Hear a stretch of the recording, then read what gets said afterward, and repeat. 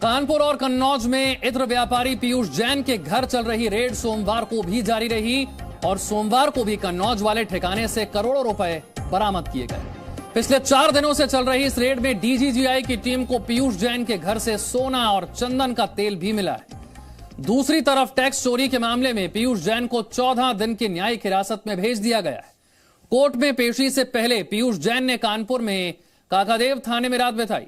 अब जेल में डीजीजीआई की टीम पीयूष जैन से यह जानकारी निकालने की कोशिश करेगी कि क्या वो इस पूरे खेल में, इस काले धन के पूरे खेल में अकेला हिस्सेदार है या फिर इसमें कई और लोग भी शामिल हैं।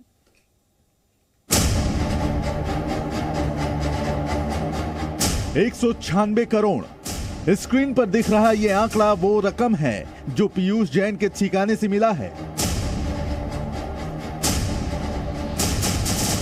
ये वो सीढ़ियां हैं जो पीयूष जैन के काले धन की गुफा की ओर जाती हैं। वो गुफा जहां से करोड़ों कैश, कई किलो सोना और कई लीटर चंदन का तेल मिला है। पीयूष जैन के घर डीजीजीआई की टीम पिछले 1-2 नहीं बल्कि 4 दिनों से डेरा डाले बैठी है और हर नए दिन के साथ टीम को पीयूष जैन के घर से नई नई चीजें मिल जाती हैं। और अगर पूरी लिस्ट की बात करें तो अब तक इस पूरी कार्रवाई में अब तक कुल 196 करोड़ रुपए बरामद हुए हैं। इसमें कानपुर के घर से 177 करोड़ रुपए कैश और कन्नौज वाले ठिकाने से 19 करोड़ कैश मिला है। कन्नौज में टीम को 23 किलो सोना और 9 ड्रम चंदन का तेल मिला, जिसकी कीमत करीब 6 करोड़ आंकी जा रही है। जिन नोटों की बरामदगी हुई है उनमें से ज्यादातर 2016-17 के हैं। यानी ये बात तो साफ है कि काले धन के इस तहखाने का इस्तेमाल पीयूष जैन पिछले काफी समय से कर रहा है और नोटबंदी के बाद से ही कैश को अवैध तरीके से जमा करना शुरू कर दिया था। इधर पीयूष जैन को सोमवार को डीजीजीआई की टीम ने कोर्ट में पेश किया, जहां से कोर्ट ने पीयूष जैन को 14 दिन की न्यायिक हिरासत में भेज दिया है। 31 करोड़ 50 लाख रुपए का इनके ऊपर टैक्स इवेजन का भी केस बना है। जीएसटी की धारा 132 के अंतर्गत इनको जेल भेजा जा रहा है। अभी इन्वेस्टिगेशन चल रही है और लेटेस्ट जानकारी है कि कन्नौज में इनके यहाँ से कुछ अभी गोल्ड बार्स भी बरामद हुए हैं। इनका ये कहना था कि लगभग 32 करोड़ रुपया मेरे ऊपर जीएसटी का पेनल्टी लगती है, तो हमने लिखकर लेटर दिया है कि जो पैसा आपने बरामद किया उसमें से आप अपना पैसा 52 करोड़ रुपए ले लें और हम पेनल्टी देने को तैयार हैं। पीयूष जैन के कन्नौज वाले ठिकाने पर डीजीजीआई की रेड आज भी जारी रहेगी। देखना होगा कि पीयूष जैन के भ्रष्टाचार के खजाने के और कितने राज खुलते हैं। विशाल पांडे, जी मीडिया, कन्नौज। तो तस्वीरें हमने आपको दिखाई भ्रष्टाचार के सुगंध लोक की। ये तस्वीरें बताती हैं कि कैसे कन्नौज से लेकर कानपुर तक काले धन के चंदन और करप्शन के इत्र की दुर्गंध फैली हुई है, जिसका एक बड़ा चेहरा पीयूष जैन है। पीयूष जैन इत्र का कारोबारी है और उसके तहखाने से चंदन के तेल से भरा ड्रम भी बरामद हुआ है। पीयूष जैन वो व्यापारी जिस पर 1-2 नहीं 32 करोड़ की टैक्स रकम की चोरी का आरोप है। 196 करोड़ का काला धन जो गरीबों की भलाई के लिए इस्तेमाल हो सकता था, मगर न जाने कब से पीयूष जैन ने इस धन को अपने तहखाने में छिपा कर रखा था। इतना कैश बरामद हुआ जिसे बिना मशीनों के गिना जाना भी मुश्किल था, लेकिन यह सारा कैश पीयूष ने अपने काले तहखाने में छिपा कर रखा था। पीयूष जैन ने के कन्नौज और कानपुर के ठिकानों पर हुई रेड और करोड़ों रुपए की बरामदगी पर राजनीतिक बयानबाजी हो रही है। राज्य के मुख्यमंत्री योगी आदित्यनाथ ने इस रेड में मिल रहे अवैध धन का कनेक्शन पुरानी सरकारों से जोड़ दिया। अब समझ में आया होगा कि बुआ और बबुआ नोटबंदी का विरोध क्यों करते थे। ये नोटबंदी का विरोध क्यों करते थे? क्योंकि प्रदेश को लूट करके इन लोगों ने अपने घरों की दीवारों में नोट को कैद करके रखे हुए थे। शौचालय का पैसा पहले कहां चला जाता था? बिजली का पैसा कहां चला जाता था? यूपी के डिप्टी सीएम केशव प्रसाद मौर्य ने भी इस छापेमारी को लेकर समाजवादी पार्टी को घेरने की कोशिश की है। उन्होंने कहा कि पूरे प्रदेश भर में समाजवादी इत्र बनाने वाले कारोबारी की दुर्गंध फैली हुई है और ऐसे ही लोगों को समाजवादी पार्टी का संरक्षण प्राप्त था।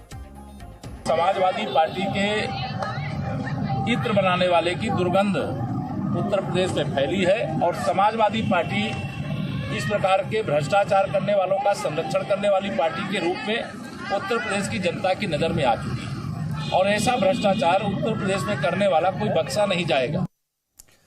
तो राजनीतिक दल पीयूष जैन का संबंध समाजवादी पार्टी से जोड़ने में लगे हुए हैं, चाहे उत्तर प्रदेश के मुख्यमंत्री हों या फिर उप मुख्यमंत्री हों। उनके बयान आपने सुने। इससे पहले भी योगी आदित्यनाथ ने कहा था कि ये जो पैसा अब दीवारों से निकाला जा रहा है, 2017 से पहले ये पैसा नेताओं की जेब में जा रहा था। 196 करोड़ अब तक बरामद हुआ है।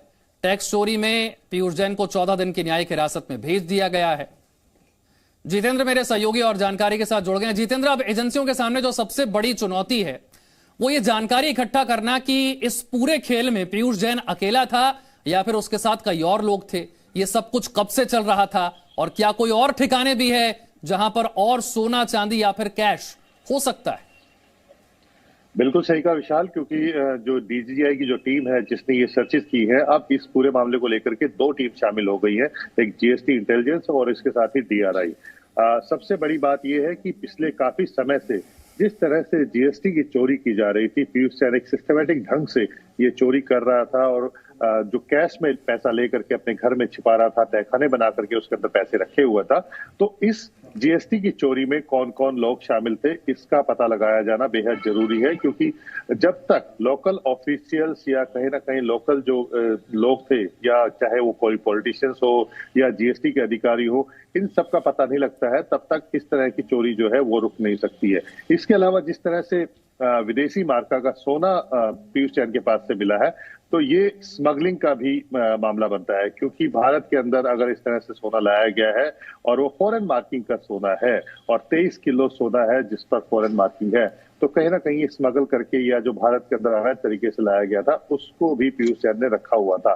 तो ये भी अपने आप में एक बड़ी चौंकाने वाली बात है, जिसको लेकर के भी डीआरआई अपनी इन्वेस्टिगेशन करेगी कि कैसे पीयूष जैन के पास 23 किलो सोना वो फॉरेन मार्किंग का है, कौन लोग इसमें शामिल थे, क्या इसने किसी जो स्मगलर था उसके जरिए खरीदा है, या फिर डीआरआई जब एक्शन लेती है वहां से कहीं से निकल करके ये पीयूष जैन के पास आया है।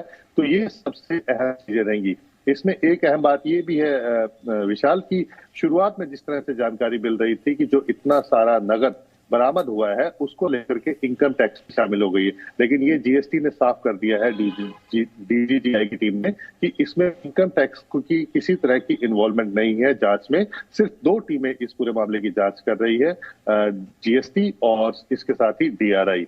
अब क्योंकि ये जीएसटी चोरी का मामला था, उसको लेकर के पेनल्टी की जा रही है। जीएसटी चोरी का मामला था, इसीलिए क्रिमिनल एक्ट के तहत कार्रवाई करते हुए, जीएसटी एक्ट के तहत कार्रवाई करते हुए पीयूष जैन को गिरफ्तार किया गया है। यूपी कानून के तहत जिस तरह से किसी भी आरोपी को गिरफ्तार किया जाता है, तो शुरुआत में उसे जुडिशियल कस्टडी में भेजा जाता है, उसके बाद ही एजेंसीज पुलिस रिमांड पर लेकर के आगे की पूछताछ करती है। तो अब क्योंकि पीयूष जैन को गिरफ्तार किया गया था, अब वो जुडिशियल कस्टडी में है। जीएसटी ऑफिशियल्स अदालत में रिमांड के लिए अर्जी दाखिल करेंगे, उसके बाद पीयूष जैन को रिमांड पर लिया जाएगा।